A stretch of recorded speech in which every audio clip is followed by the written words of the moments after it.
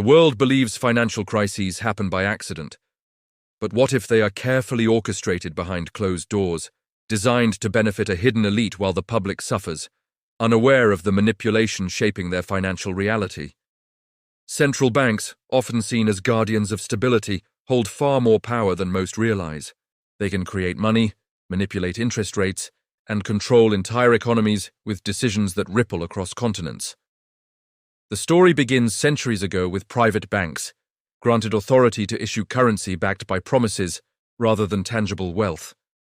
Initially to facilitate trade and fund wars, but gradually evolving into instruments of influence that could dominate nations indirectly. That became more than a financial tool.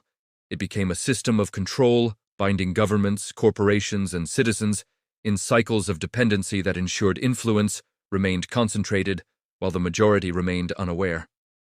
By the 19th century, central banks consolidated power across major financial centers, gaining the ability to inject or withdraw liquidity at will, creating booms and busts that often appeared as natural fluctuations but served strategic purposes. Policy decisions appeared technical but had massive social consequences.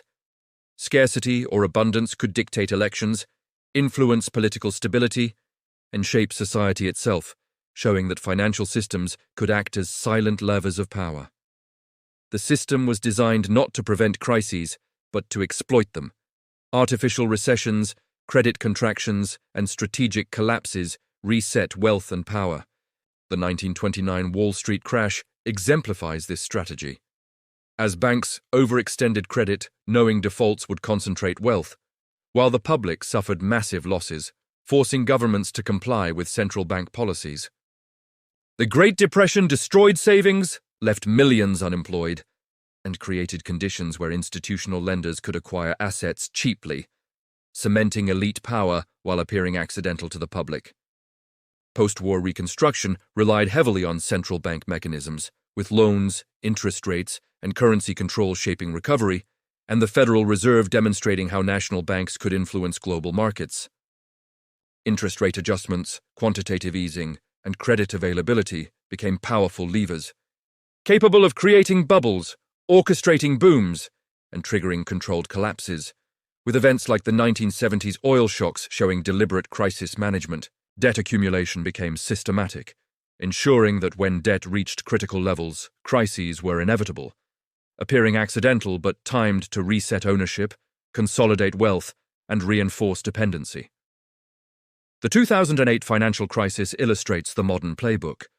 Risky lending, housing bubbles, massive losses for ordinary people, and consolidation of power among institutions, with bailouts insulating elites from consequences. Minor failures escalated into major disruptions, reinforcing perceptions that crises are unavoidable, while ownership quietly consolidated and narratives were controlled through research, media, and policy, shaping public views of risk and stability. Economic literacy remained limited. Confusion maintained control better than force, while simple questions about money and debt went unanswered, keeping the true ownership of global debt hidden. Digital money accelerates control, with cash disappearing and surveillance tracking transactions, while convenience disguises the erosion of privacy and growing influence of central banks over individual freedom. Credit scores define social and economic access, dictating who can rent, travel, borrow, or invest, with obedience rewarded and resistance punished, while schools teach compliance rather than financial reality. The rich continue to invest, while the poor borrow to survive basic needs, allowing ownership to concentrate, dependency to spread, and fear to enforce compliance, while stability is marketed as a promise rather than reality. Real power lies in financial architecture, not politics. Policies shift, debt mechanisms remain, reforms rarely threaten the system, and transparency could destabilize decades of secrecy, leaving the public unaware. Awareness is the first step toward autonomy. Observation reveals hidden mechanisms, recognizing cycles empowers action, and understanding reduces risk, making knowledge the strongest protection against manipulation.